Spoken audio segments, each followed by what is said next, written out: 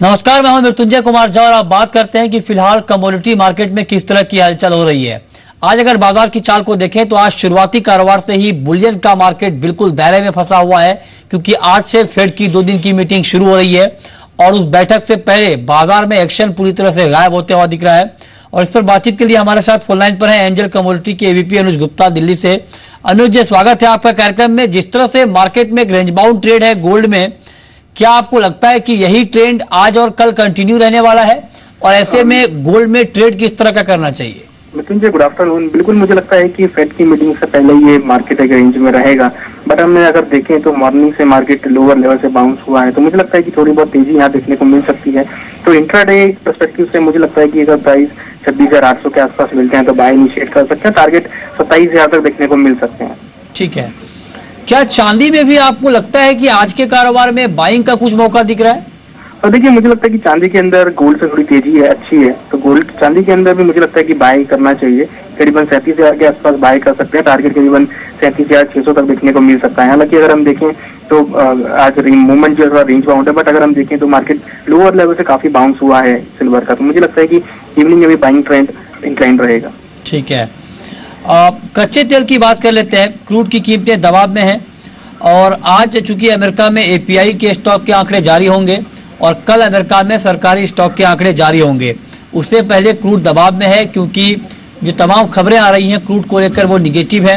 Goldman का ये मानना है कि कच्चे तेल में गिरावट बढ़ सकती है क्योंकि जो रिफाइंड प्रोडक्ट हैं उसके स्टॉक काफ़ी ज़्यादा हैं। ऐसे में क्या आपको लगता है कि क्रूड में जो भी लेवल आज दिख रहा है 2850 के आसपास का, यहाँ पर सेल करना चाहिए? बिल्कुल मृत्युंजय, मुझे लगता है कि क्रूड के अंदर जो ट्रेंड है वो डाउन साइड का लगता है। इंट्राडे के लिए बिकवाली करनी चाहिए। अगर हम देखें तो डॉलर में भी प्राइस ऑफ 44 के नीचे ट्रेड कर रहे हैं, तो मुझे तकरीबन 2890 का रेंज अगर मिलता है या करंट लेवल पे भी बिकवाली कर सकते हैं। नीचे 2800 रुपए तक का लेवल देखने को मिल सकते हैं। ठीक है, नेचुरल गैस पर आपका व्यू क्या होगा? नेचुरल गैस की कीमतों में भी गिरावट दिख रही है, क्या ये गिरावट आपको बढ़ती हुई दिख रही है? जोरदार गिरावट है, 5% से ज्यादा बाजार टूट चुका है। क्या 125 का लेवल आज के कारोबार में टूट सकता है? देखिए, बिल्कुल मृत्युंजय, अगर हम इंटरनेशनल मार्केट की बात करें तो वहाँ पे $2 का जो महत्वपूर्ण सपोर्ट था वो मार्केट ने आज ब्रीच किया है। मुझे लगता है कि नेचुरल गैस में गिरावट अभी और हावी हो सकती है, तो जो उसका नवंबर कॉन्ट्रैक्ट है उसमें सेल करके चल सकते हैं करीबन 154 के आसपास। टारगेट नीचे 147 तक देखने को मिल सकता है। ठीक है, आगे बढ़ते हैं। बात अब एग्री मार्केट की। एग्री में ग्वार की बात करें तो यहाँ पर गिरावट बढ़ गई है। जोधपुर में 50 रुपए नीचे है ग्वार सीड का भाव। ग्वारगा में 75 रुपए की कमजोरी है। उत्पादक क्षेत्रों में अराइवल करीब 1 लाख बोरी की है और मंडियों में ग्वार की आवक बढ़ गई है। ऐसे में क्या आपको लगता है कि ग्वार में अभी भी बेच कर चलना फायदेमंद होगा? देखिए, मुझे लगता है कि ग्वार अब सपोर्ट लेवल के आसपास आ गया है, तो यहाँ पे मुझे लगता नहीं कि बेच के चलना चाहिए। इन लेवल्स में मुझे लगता है कि बाइंग करके चलना चाहिए। तो हमारा जो कॉल है वो बाय का है। 3800 के अराउंड बाय कर सकते हैं। टारगेट करीबन 3950 तक देखने को मिल सकता है। आगे बढ़ते हैं। बात अब चने की। चने की कीमतों में भारी गिरावट है। दिल्ली में चने का भाव 50 रुपए तक आज लुढ़का है और अकोला में भी कीमतों में करीब 50 रुपए प्रति क्विंटल की गिरावट आई है। 2% नीचे है वायदा बाजार में चने का भाव, क्योंकि सरकार काफी एक्शन में है दाल कीमतों को लेकर। और आज भी कैबिनेट सेक्रेटरी की मीटिंग है कंज्यूमर अफेयर्स सेक्रेटरी के साथ और एफसीआई चेयरमैन के साथ, और माना यह जा रहा है कि इस बैठक में एफसीआई को प्रोक्योरमेंट की मंजूरी दी जाएगी और इसके लिए कैबिनेट नोट भी तैयार हो गया है। सूत्रों के हवाले से ये भी जानकारी मिल रही है।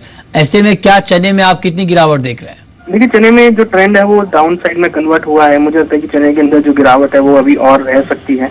तो इंट्राडे के लिए हमें लगता है कि करीबन 4 या 700 या करंट लेवल्स के आसपास बिकवाली कर सकते हैं। नीचे 1 या 2 दिन में टारगेट हमें लगता है कि नीचे 4600 रुपए तक दिखने को मिल सकते हैं। ठीक है, मस्टर्ड के ऊपर आपका व्यू क्या होगा आज के कारोबार के लिए अनुज? देखिए, मस्टर्ड मुझे लगता है कि थोड़ा नीचे आ चुका है, तो लोअर लेवल से एक्सपेक्टेड है कि बाउंस हो सकता है, बट ट्रेंड डाउन है, तो यहाँ पे सेलर राइज की स्ट्रेटेजी अपनानी चाहिए। करीबन 5000 के आसपास अगर प्राइस मिल जाए तो बिकवाली करके चले। नीचे अगेन 4900 तक लेवल देखने को मिल सकते हैं। कोरिएंडर में काफी गिरावट आई है। एक हफ्ते में करीब 24% तक दाम टूट चुके हैं और सेबी ने इस मामले में प्राइस ट्रेंड और ट्रेडिंग पैटर्न की जानकारी एनसीडीएक्स से भी मांगी है। क्या आपको लगता है फंडामेंटल कैसे हैं कोरिएंडर के, और ऐसे में जो बाजार की चाल है क्या आपको ये फंडामेंटल के मुताबिक दिख रही है?